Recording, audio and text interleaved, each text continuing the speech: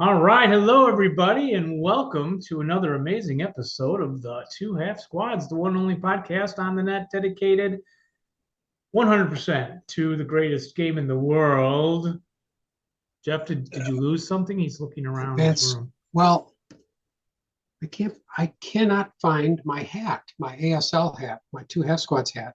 I've been Oh, looking everywhere for that hat. do you know, Jeff, when like old people don't know where their glasses are, Yeah. usually where are their glasses? Well, usually they're wearing them, but I'm not. I oh, Check your head. I'm wearing my hat. You are wearing your hat. Okay. All right. Well, okay. I feel a little better, but not much. I think Well, I'm a little discombobulated today because I just this morning I had to go to the Social Security Administration office for real? for real. They And still. let me tell you, it was fine. I had a very Oh, nice time. oh, good, good. I went online the other day and looked at it because I knew I had to go in because they had made a mistake on my social security card for the state I was born in. Did I mention this last show? No, no, this is new Okay. information. Okay. So they made a mistake. So I'd signed up. The guy called me. I'd signed up for benefits. Okay. I'm old enough to get benefits now, get my benefits. So I signed up online. And then a guy called me to confirm everything, probably to find out if I was human. And he said, "What state were you born in?" And I told him, and he said, "No, that's not right. You were born in Kansas City, Kansas." And I said, "No, I was born in Kansas City, Missouri." So I had to go in there and prove it. I had a certified birth certificate from the state of Missouri, and the governor of Missouri gave it a stamp, and And Mark Twain. it went without a hitch then. It went okay. So Wow. anyway, I had looked online and everybody complained about, oh, this is terrible. Our government is so messed up, and blah, blah, blah. I met some very nice people in line. We talked for half an hour while we were waiting. And then went in and had a very nice time with the employees there. They were all super good. You know, if you're nice to people, they'll be nice. It's And a if they're good, crabby, all the more reason to be nicer to well, them. yes, it's a good place That's to what they need. start, right? And Yeah. sometimes they might be crappy, but Yeah. well, that's because online everyone likes to complain or say how They do. they have unbelievable, shocking new information that they need you to click on. And so that's the name of this show. And the listeners will find it in the Yeah. interviews. Unbelievably shocking, Jeff. Shocking. And listen to the very end. You better. Got to listen to the very end because there's some really shocking stuff that you won't believe. Absolutely. Unbelievable. Guy, you nailed it, Dave. I go through YouTube and I see these guys, and these guys are like not self-help, but they're big guys. They get like 2 million views, 2 million subscribers. I can't remember any of there's Diary of a CEO, and then there's this other guy, Raja Chatterjee or something. And they got all these big Wait, did names. you say diarrhea and Yeah, that diarrhea. SHIT word? Yeah. Oh, there's no swearing. Oh, but their cards say, watch this to be, to the end of the world. Don't do this or you'll die tomorrow. Yes. Stuff like that. It's all over. Yeah. So I'm glad you came up with that. That's a great name It's for this show.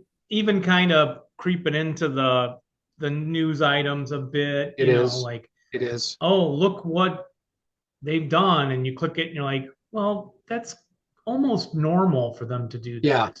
Yeah. Yes. Or I've often.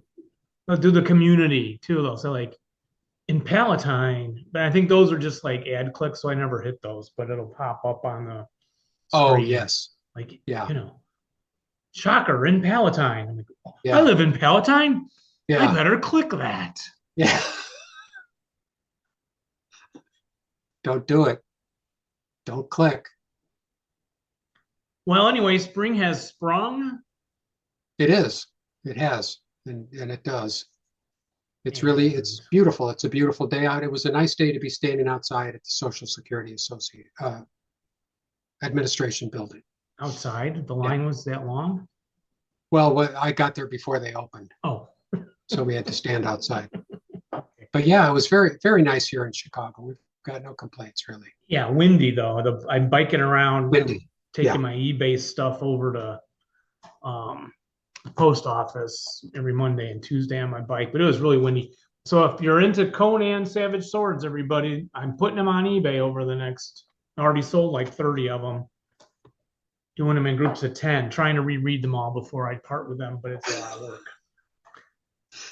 So Conan the Barbarian, which ran Savage for Sword. how many years? That ran for 10 or 12 years? 200 episodes. 200 issues. Issues. Yeah. Wow. So, and you've got them all? Or actually, had them all? Yeah, I did. If it went much beyond that, maybe I missed a few, but they have my old mailing address on them. It's kind of cute. Ah. On the envelope, they would send them in the clear plastic things to your home in those days. So you're selling them in packs of 10 consecutive issues? Approximately. So far, there's one guy that's snatching up the collection. So okay. Put $2 an issue, and there was one bid, and then the last set, 2 sets, same guy grabbed them. So, which is great. Hope he enjoys them, or maybe he's a comic retailer. I don't know, but yeah. So I heard the price on those is really going up now. They're becoming more valuable. Well, no. I mean, they sell. A lot of the early comics won't even sell. You know? Yeah.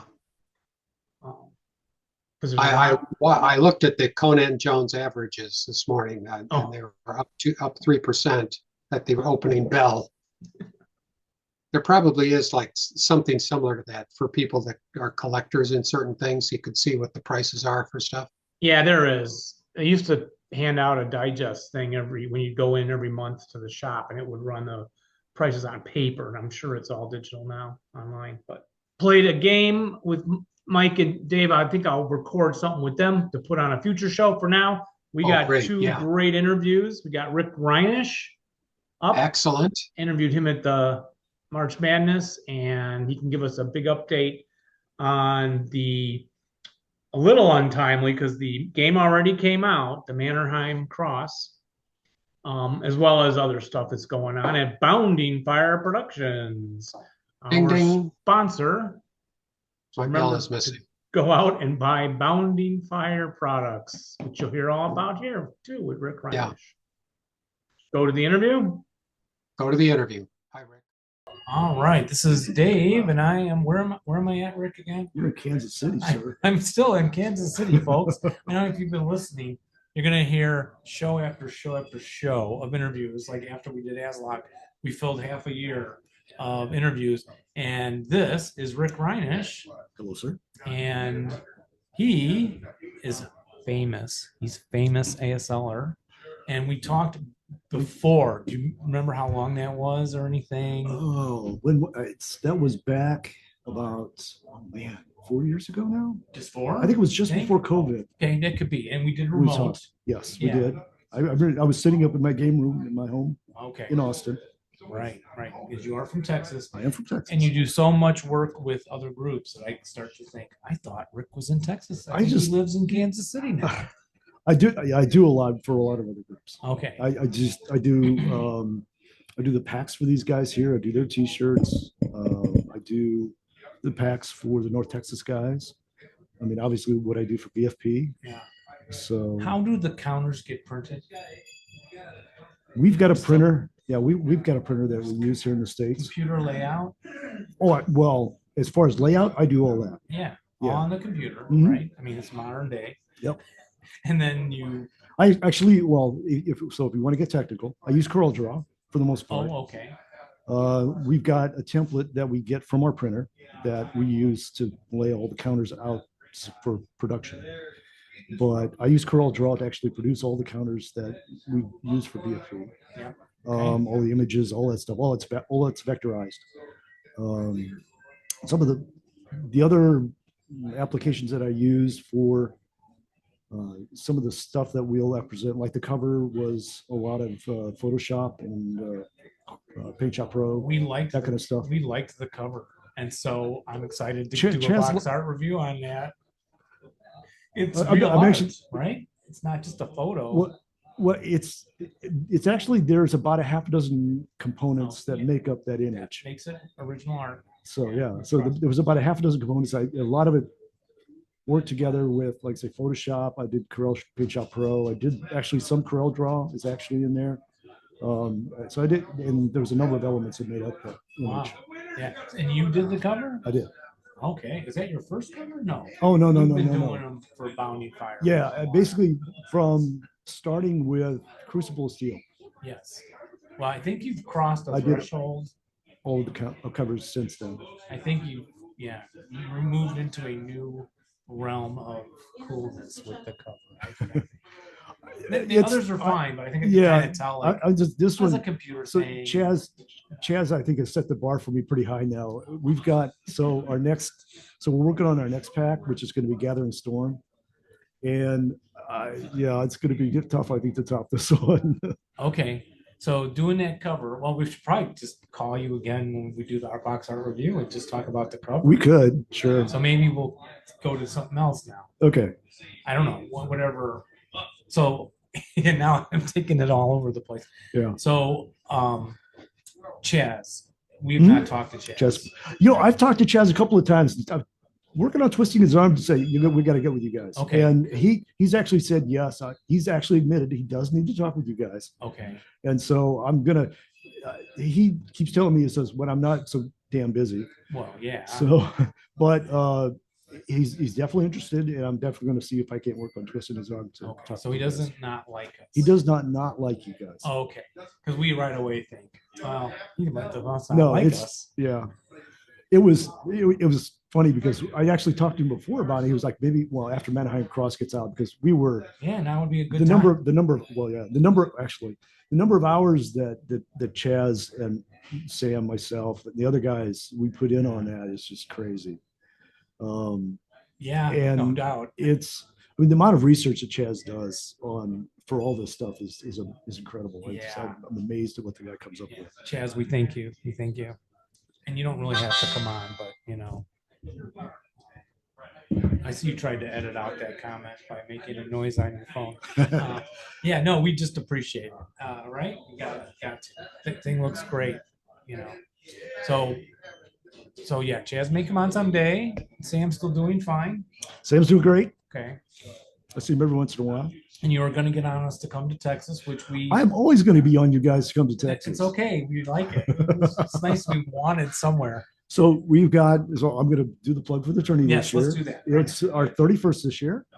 We are June 19th through the 22nd. Everything's currently updated on the website. So if you want to get with that and go ahead and pre-register. I always give out great stuff for pre-registrants. And if you do come to the tourney, my prize giveaway is the best. I remember one person brought us back our counter sheets with the leaders They on did. it. That was like a That's the swag. life That was moment, one of the swag things I gave out. And Yeah. I'm still trying to figure out what I'm going to give out this year. But I try to Yeah. give out something different every year. Yeah, it's impressive. So I've given out, oh man, over the years, mouse pads. The only thing I think I've ever double duplicated was the Great Dice Cups.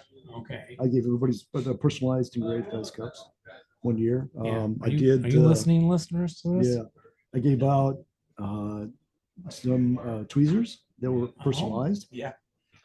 God, what else have I done? Line of sight tools, the Yeah. real tools. Line of Yeah. sight, we give those out one year. Anyway, I give out good swag. Excellent. Yeah, that's all true. And the tournament is kind of running the way it has because we have talked about the tournament quite a bit over the years. Yep, It's got all the specialty things.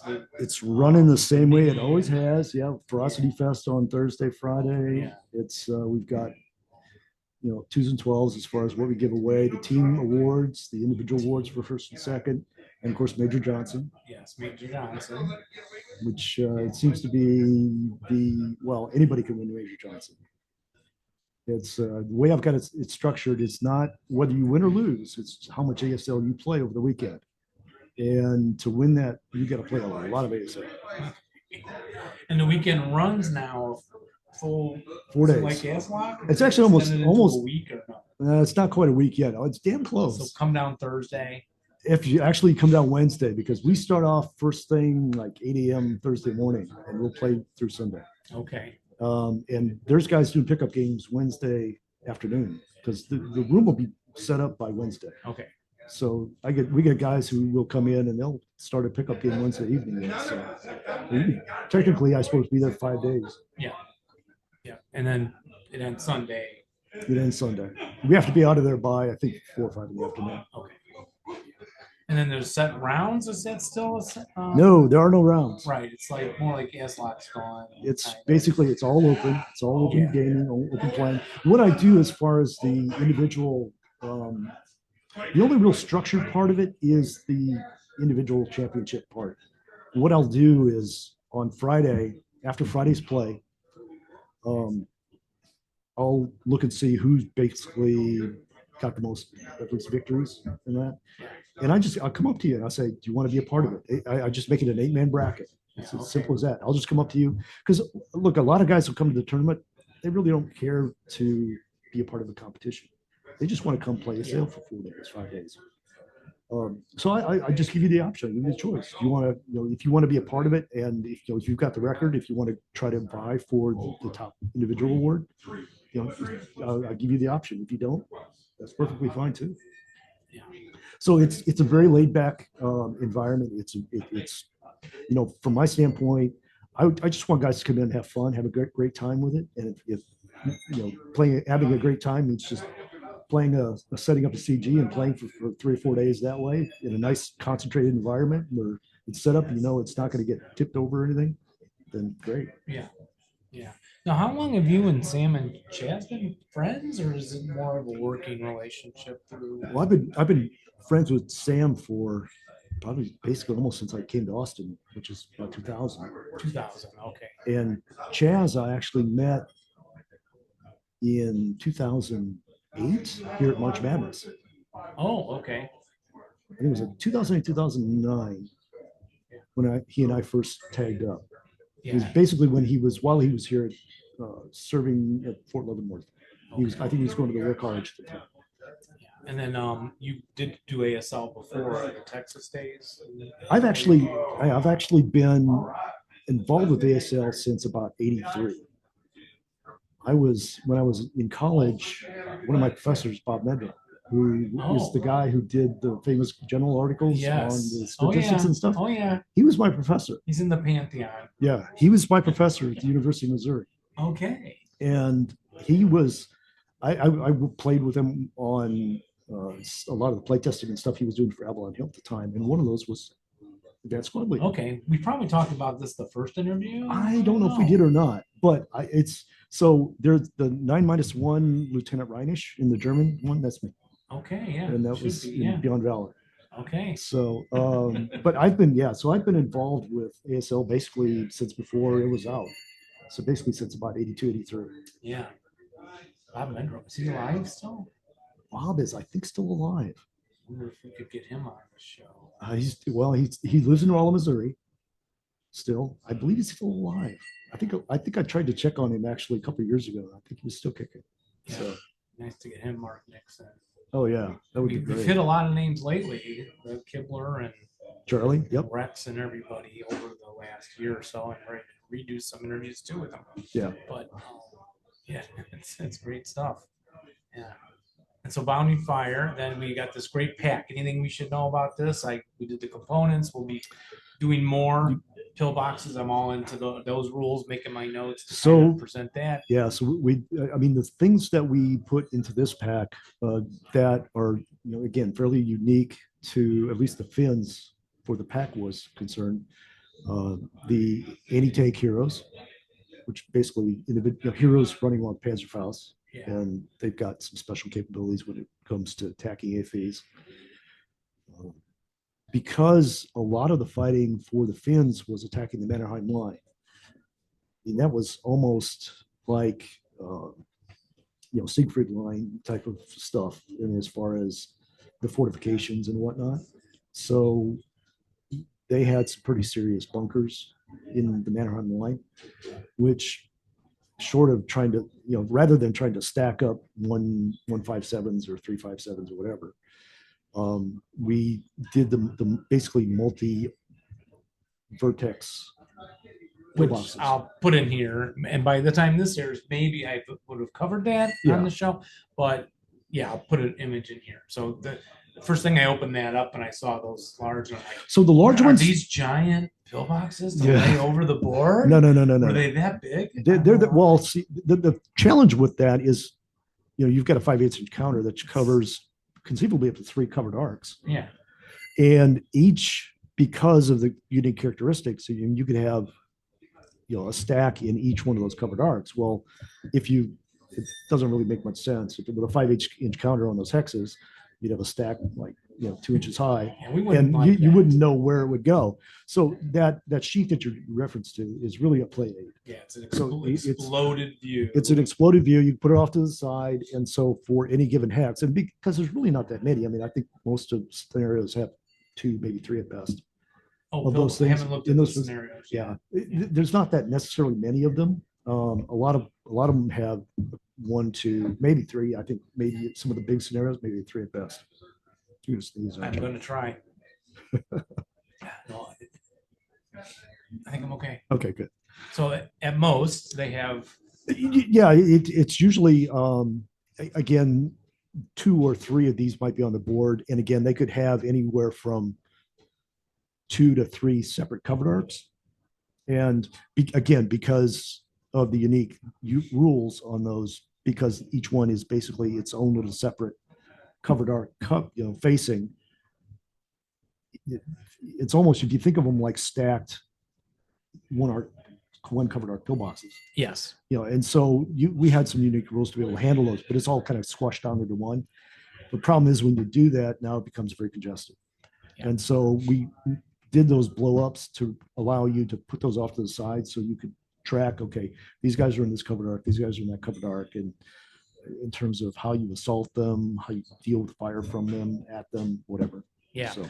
And probably should and then in the magazine there's very good examples of how different fire effects would affect all that, because it can be intimidating just to think about if you're not playing a lot in a lot of pillboxes. Am I gonna what happens if I with ITT, what if I area fire, what if I what's the best? And my problem, I can never remember.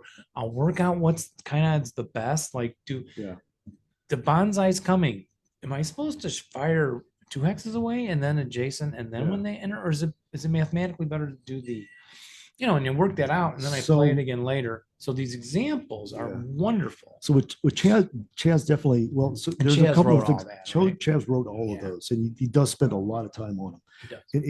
A couple of his main goals on those are obviously to try to inform folks on how to play with those new characteristics, like the pillboxes, the AT heroes, things like that.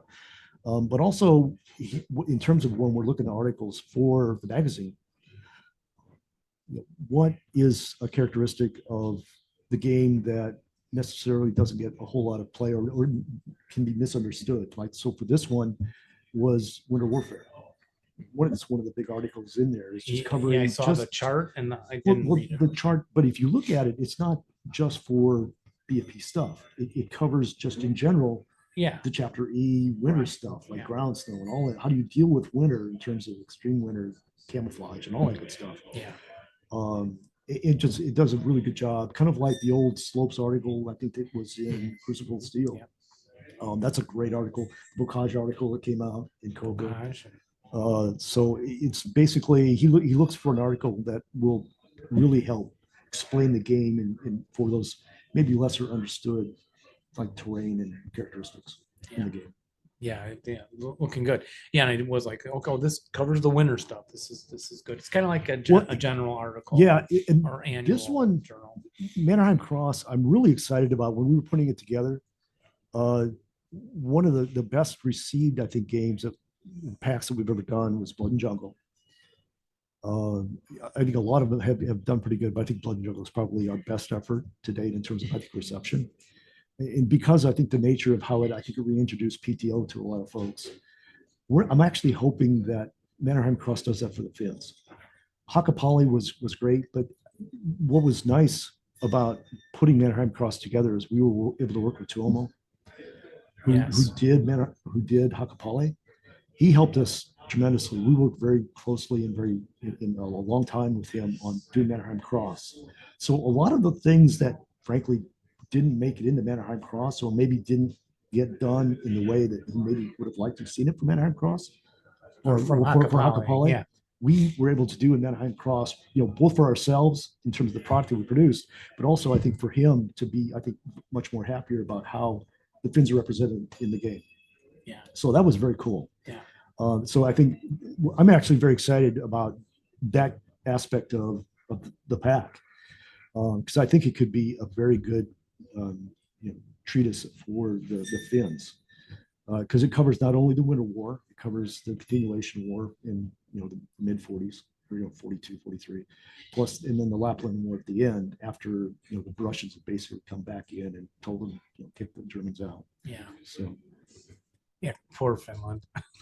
It's like yeah, they were Poland, really caught between a rock and a hard I'm place. like, golly, and I'm really mad at Russia right now. I don't know. I don't want to get in. It's not politics. I don't know. Yeah. It's not ASL. Like, let's you not, know, let's not go there. Didn't we set though the boundaries of the world? Can't we just at some point say we're just going to say it's done now? There you go. Is that asking too much? People Maybe. go, I don't know. oh, maybe. but Dave, the histories, everyone has, screw the history. At some point, you got to stop. It's but yeah. So great pick. And then how many scenarios we looking at? 44. Okay, somehow I got 20 in my head. No, there's 44 How of the these heck bad did boys in I- there.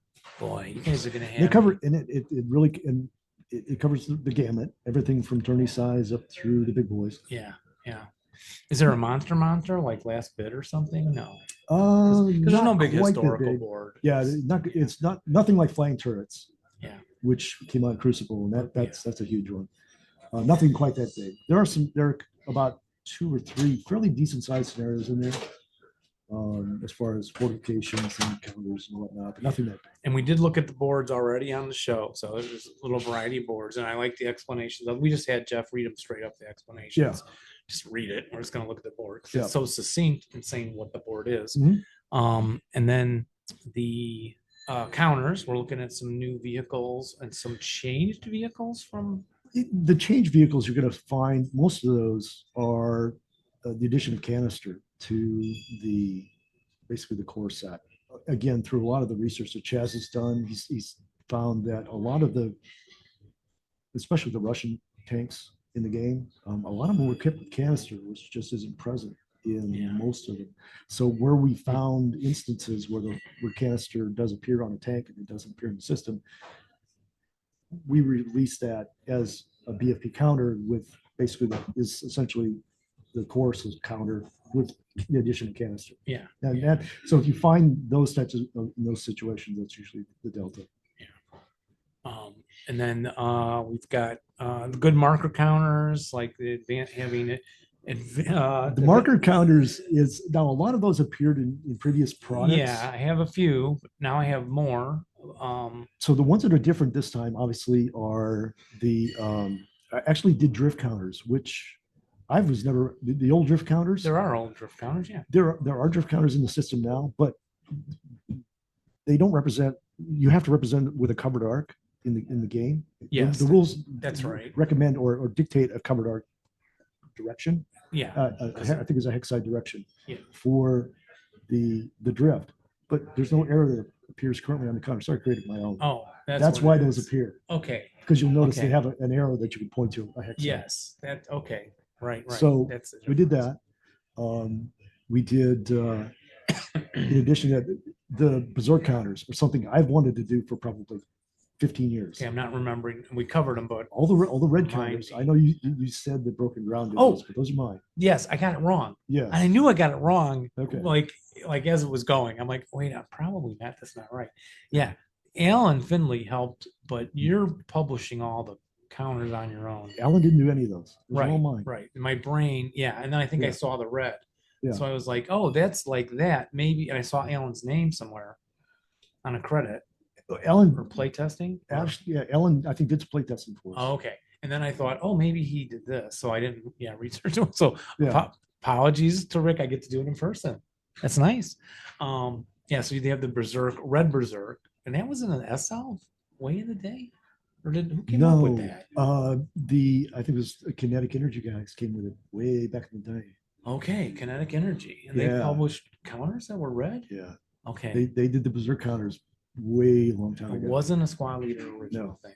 No. Yeah, remember I got it in '85. And So those are so. I always thought those were the coolest things in sliced bread. Yeah. And definitely, I always had. If we ever had space, I wanted to do them. And I never had space up until now. Yeah. So I finally got a chance to do them. So and these match the new there's Marines. There's Russian Marines, and those are the new unit types in the game for us. Basically, like, I think they're 5.37s for the elites on that. Yeah. But there's the whole gamut. We have elite, first line, second line, green. Right. Yeah, and they're in the scenarios, I'm assuming. Oh yeah, Yeah. yeah. We have. There's actually one of the scenarios, Blood on the Shores, is essentially a Russian amphibious assault. Wow, you're covering everything then. Oh yeah, it's like I said, I'm very excited for this pack because I think Yeah. it's going to be a very expansive, kind of like I say, in the vein of what Blood and Jungle did for PTO. Yeah. My hope is that this kind of does the same thing for the Finns, because it definitely is much. It covers the whole gamut of the war for them. Yeah, I started Blood and Jungle with Mike Rizzi on Zoom during COVID. We got through quite a lot of them, but we need to pick it up again. So once COVID ended, we kind of just switched to something else. And then, I kind of like to play everything in order. Yeah. But you get 44, you guys are asking a lot. You're asking like the next 10 years of my life to do all 44 in a row. I'm still on Budapest right now, Festoon. Okay.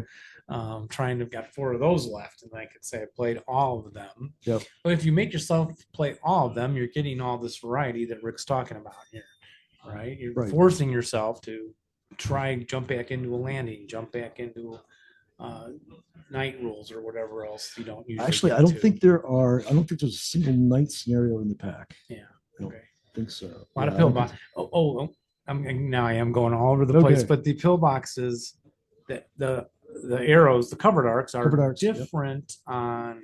There's a lot of variety. They're not all just front and then left and right. Right. Some are like left, and then right. Now, historically based on abstraction of what that probably was. It is an abstraction, but again, it covers the fact that some of these fortifications had, gun slits that faced different directions around the fortification. Yeah. So what we're just trying to do is cover the variations on those. Yeah. So you have all the options. So you have all the options available. Yeah. Right. Yeah.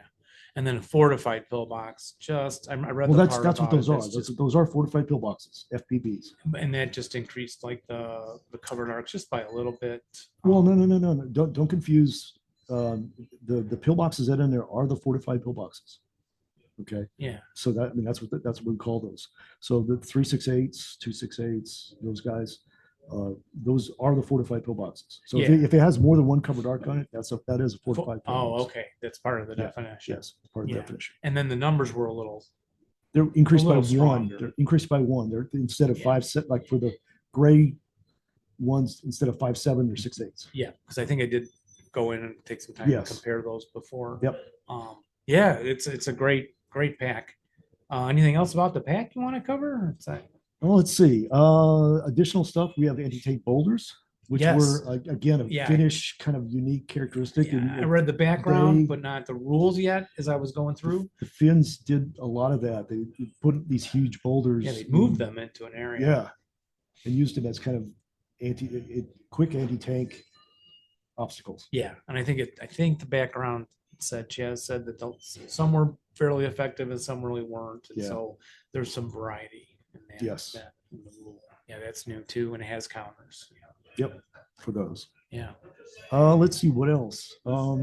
Mentioned the boards. We've got 6 boards, I guess, really all together in the pack. We've got 3 geos.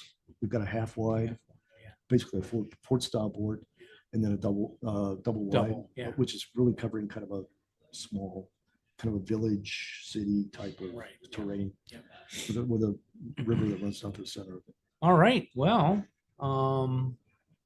anything about your own now? If you're doing all this work, you're not playing other stuff.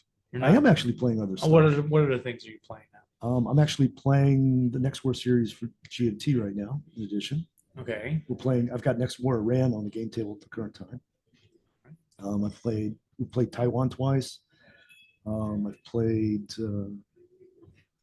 Poland once. Actually, we played Poland a couple of times.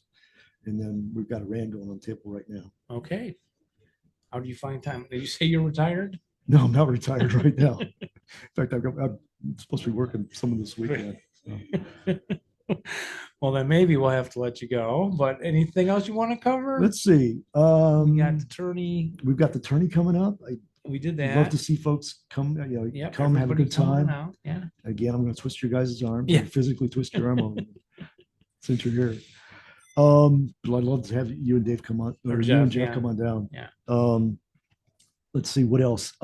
Next issue of Bonsai is coming out. As soon as I all about bonsai. As soon as I get back to Now, Austin. It's been a while for bonsai, right? Yeah, I should have actually had it out probably the first of the year, but I've been busy. Yeah. Mostly trying to get. What Mannerheim schedule Cross is it out. on? Every 6 months? No, I haven't gotten one in a while. I think I get it's been a while. Okay, It's been that's about fine. It's actually been about a year. Yeah, okay. I just didn't know if I missed something. No. I try to review that So, too. A couple of things. Obviously, we can really only put it out as much as I get material for the most part. Yeah, it gets from harder folks. with so many people can put their own out now. Yeah. Right. Yeah. I try to do it twice a year. That would be great, be ideal. I'd love to at least make sure I get it out once a year. But anyway, I've got an issue. Matt Shostak has got an issue in edit right now. I've got it finished. He's looking it over right now. As soon as he gets done reviewing it, we'll polish it up a little bit. Then we'll go ahead and release it. I'm expecting to release here pretty quick, probably. Okay. Yeah, bonsai. I forgot. Kind of forgot all about it. Well, when you get Mannerheim Cross, that takes up a lot of bandwidth and well worth it.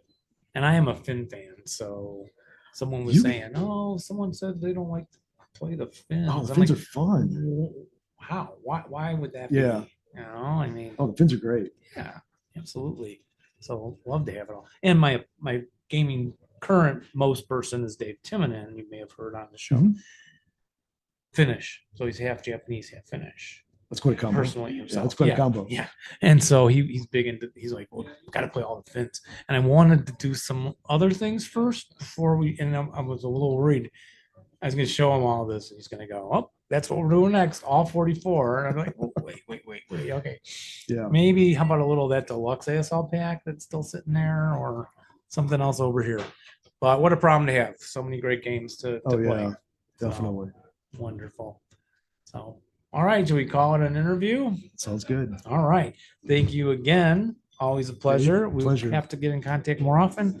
Yes. And good luck. Oh, okay. We didn't cover your tournament record. Oh, this weekend, I'm 2-1 right now. Okay. Should be 3-0, but I just don't I went brain freeze on the VC and just completely messed up. On the VC. Oh man. Okay. We won't talk about it. Well, I told Kevin, mine's always like, okay, remember to move the tank over there and cut off that road because that's the only thing I can do. And he's going to go. And then 40 minutes later, oh, that tank better. Oh, there's another tank. Maybe I should go that way. And then he's across the road and you're like, I told myself to do that. How did I forget? So anyway, understand. So good luck in the tourney and we'll talk to you later, Rick. Sounds good. Bye-bye. Bye-bye. Well, that was very good. I haven't listened to that. I've listened to a couple of your other ones already, but I missed that one. I didn't get to that one. Yep. Well, you'll hear it when you hear this show. And then in addition to Rick, we got an interview with Jeff DeYoung, ASL player extraordinaire. We had last interviewed him. You'll hear him and I talk about trying to remember when that was at an ASL Open or something, decade ago or so. So we'll get an update from Mr. DeYoung. Well, before we do, and I'm sure he's got something shocking to tell us, but that bomb that Rick Reinesch dropped at the end of his interview was like unbelievable. It's going to turn the ASL world on its head. So now we'll hear from Jeff. All right, this is Dave reporting on the road from March Madness. Yet another interview. We're going to try to rack up a bunch. And we are welcoming back to the show, Jeff DeYoung. Hello, good to be here. How long ago was that? We have no idea. It was in a NASLOC. Was it Aslock or Chicago? No, it was Chicago. It was Chicago. Yeah. A while. I'm thinking maybe 10 years. Yeah, I'm thinking that too.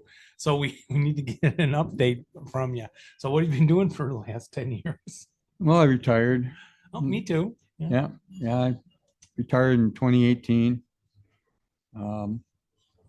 I don't know, not doing much, going to about 4 tournaments a year. Okay. Which ones are those? March Madness, St. Louis. Actually, it's 3 now. I go to Aslock. I used to go to Winter War in Champaign, but they don't have an ASL element anymore there. Oh, did not know that. Okay. Yeah. That dropped. Yeah. Okay. The last one of those I went to was 2017. Okay. Yes. And I think 2018 was the last ASL tournament there, I believe. Yeah. Which I didn't attend that one. So then where do you live again? I live in Grand Rapids, Michigan. Michigan. Okay. Yeah. You're one of Yeah. the Michigan guys. Yep. And your retirement's going pretty well, keeping active. Well, do you pretty regret- much. I had a heart attack last year and Ooh. triple bypass surgery, so Oh, feel a lot better now. well, we're glad you're with us. Yeah, so's my wife. She'd have to do the dishes herself. And yeah, I'm doing a lot of housework in my retirement. And Yeah. my wife's still working. So can I ask about that?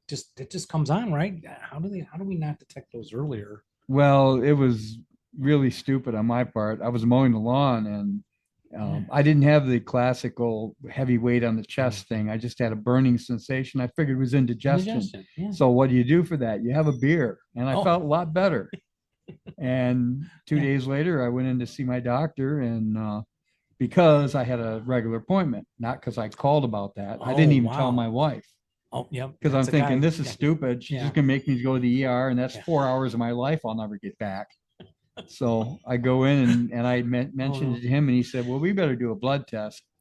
And they did a blood test, and he called me at home 4 hours later and said, "Go to the ER immediately." I Yeah. called ahead, and then they did triple bypass, and then 2 arteries 99% blocked and 170%. So I'm happy to be here still. Yes. Well, we're really glad you're with us. That's why I didn't go to Aslock or St. Louis last Okay. year. I was busy doing cardio rehab. Yeah, but it's amazing. So I would think with the kind of blockage, we would feel something. I thought I would have felt more than just that. To me, it felt like indigestion Yeah.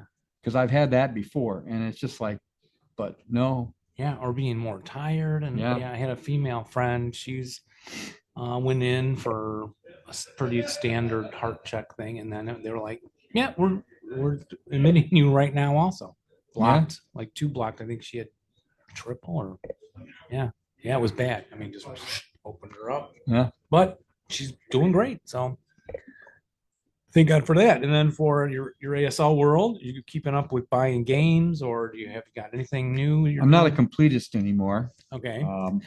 MMP, Bounding Fire. Because there's so much. I was going to make a joke like, are you finishing your mega ASL project that you've been working on your whole lifetime and having it published? Oh gosh, no.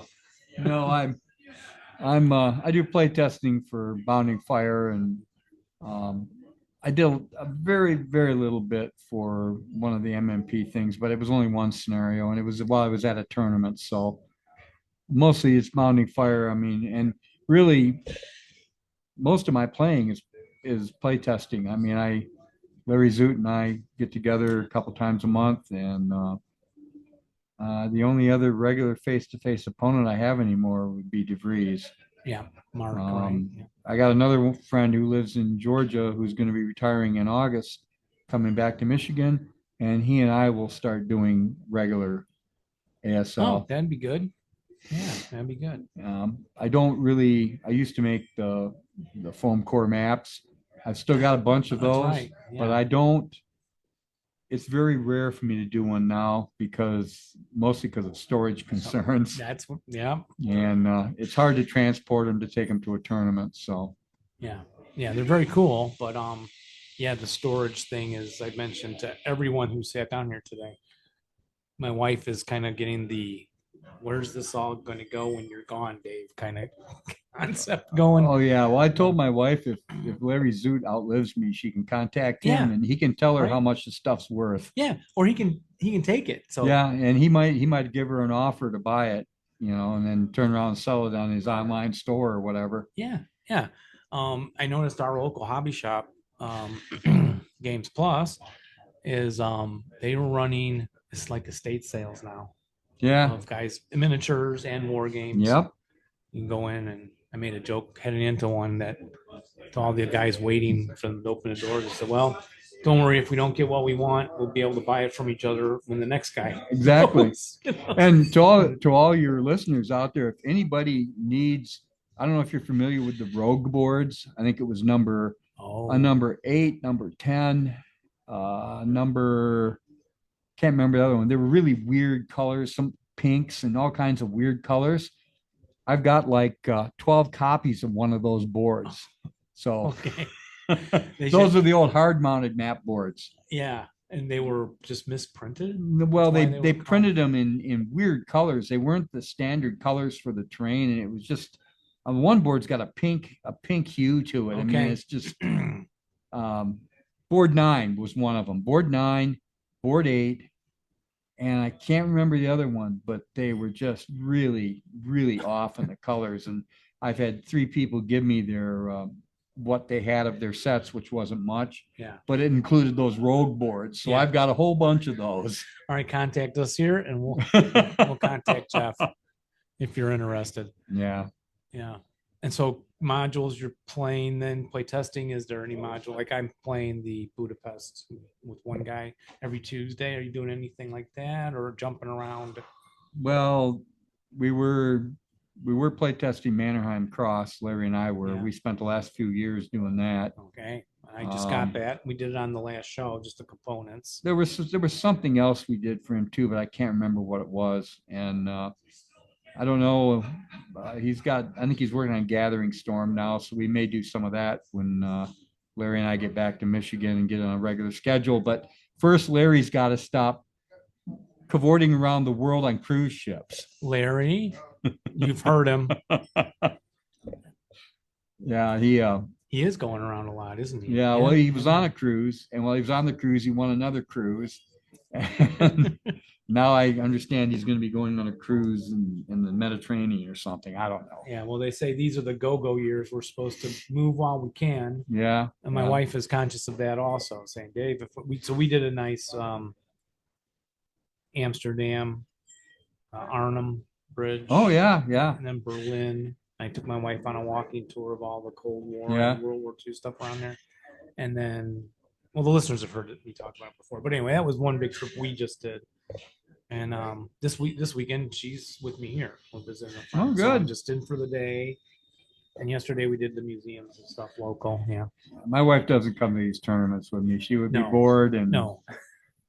as it Right. is, we've got relatives in Arizona, and we go out there in the winter for 3-4 weeks. And on the way, she got to do something that every woman dreams of doing: going to the Oklahoma National Guard Museum. Oh, yes. Yeah, that's one.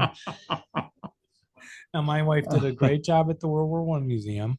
She even asked me if I wanted to do the Stagecoach Museum, is it? Or there's something else there. But it was closing soon.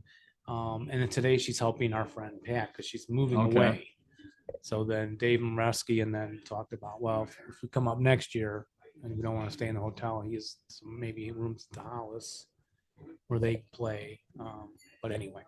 Well, the thing about the National Guard Museum, I'm looking at the weapons and all the stuff that's on display, and my wife was fixating on a black cape that a U.S. soldier had found in, apparently they claim it was Hitler's apartment in Munich or something. Okay. And he brought it back after the war. He and his mother had it modified, and she wore it.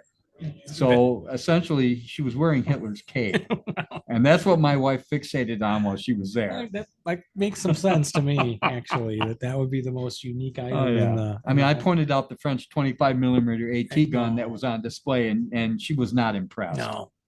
No, not at all. You mentioned a new Bounding Fire Productions thing. They're our only sponsor at the moment. They're Can you talk about that? I haven't seen any of the stuff from Okay, it. but the theme is It's called Gathering Storm. The Gathering Storm, I believe, is what he's calling it. yeah, it's not And, going to introduce lightning rules and all Nothing, that. no, nothing that I know of. No, I haven't seen any of it. So Yeah, okay. All right, nice though. Yeah, well, thanks for your work on the Mannerheim Cross. Yeah. And I haven't played them yet, but looks great, of a course. lot of fun scenarios. I mean, I don't know how many of them we actually tested. It seemed like it was 5 or 6 of them. Maybe it was more than that because this has been going on for more than like a couple years. So, but they were all enjoyable. Had quite a bit of fun with them. It was a good time. Yeah. Do you have any advice for people who are going to play them coming up this year? Any special rules things or? Well, one of the things that's in there is I forget what they call it, what the rule is called, but it's where if you're going to move the Russian armor, it has to move first before the infantry. Yeah. I don't remember what the rule is called, but that rule was prominent in some of those scenarios, especially the ones from the 39-40 Winter War, Okay. when the Russian army was so disorganized. But yeah, just other than the play testing, I don't get to play a whole lot of just play a scenario kind of thing. It's pretty rare. I keep up on the MMP stuff and all of the third party stuff except for, like I said, critical hit. I don't do it anymore. Yeah. And I'm running out of time to play them all, of course. Well, look at it. When I get a new pack, my goal is to play 2 scenarios out of the pack Okay. before it gets set aside, because most likely I won't get back to any of it unless it crops up at a tournament. Mm-hmm. Or if it's something I really want to do that's too big to do, I might, like when I go to ASLOC, I get together with one of my friends and we'll do maybe a 2-day big scenario while we're down there. But I recently bought a gaming table from All Play, and it's got the well underneath where you can leave something set up. Yeah, I got one from Wormwood when they did a thing. Beautiful. Yeah, and it's like now I can take one of those large scenarios, we can set it up, and if it takes us 3 playings, I can put the top over the table and use the top for other gaming. And it's like when I went to my wife with that, I said, I'd like to buy this table. And I said, I had a heart attack last year. I'm thinking, what am I waiting for? Yeah. It's not like I'm getting any younger or hopefully I'm getting healthier, but I'm not getting any younger. So. Well, you're looking fit. Well, I feel better. I lost 44 pounds by the time I got out of the hospital. Yeah. And I put 7 of them back on, but still I'm maintaining the cardio workout they put me on. So, yeah. And quite frankly, you get to be older like that. I'm not sure how old you are, but 64. When since I've hit like 68, 69, I just don't feel like, I don't eat like I used to, you just can't do that. Yeah. It's uncomfortable. Well, I've enjoyed catching up. Yeah. Anything else you want to share with anybody before we go? Roll low and keep a positive outlook. Really well, and keep a positive outlook. Yeah. And get healthy. Get healthy, yeah. And let's do that. Yeah, you don't ignore your body if it's telling you that there might be something going on. Yep. And then we can be here for each other for many more years. Exactly. All right. Thank you so much. All right. It's been a pleasure. Yep. Well, I'm going to need to go lay down after that. Yeah. Huh? You didn't expect those things coming, did you? Earth shaking, earth shattering. Absolutely. It's really redefined the way I look at gaming. Yeah, doesn't it? Yeah, I think it's really going to be amazing, Absolutely. especially when the aliens land. So I guess that was great. Great interviews, Dave. I'm really happy that you got to meet those guys and spend that time. That must have been really special. And I think we still got about 4 more. So we've got a lot to get to this year. Just keep going. And until next time, remember everybody to roll low and rally well, but not when you're playing us. Bye-bye, everyone. Bye, everybody.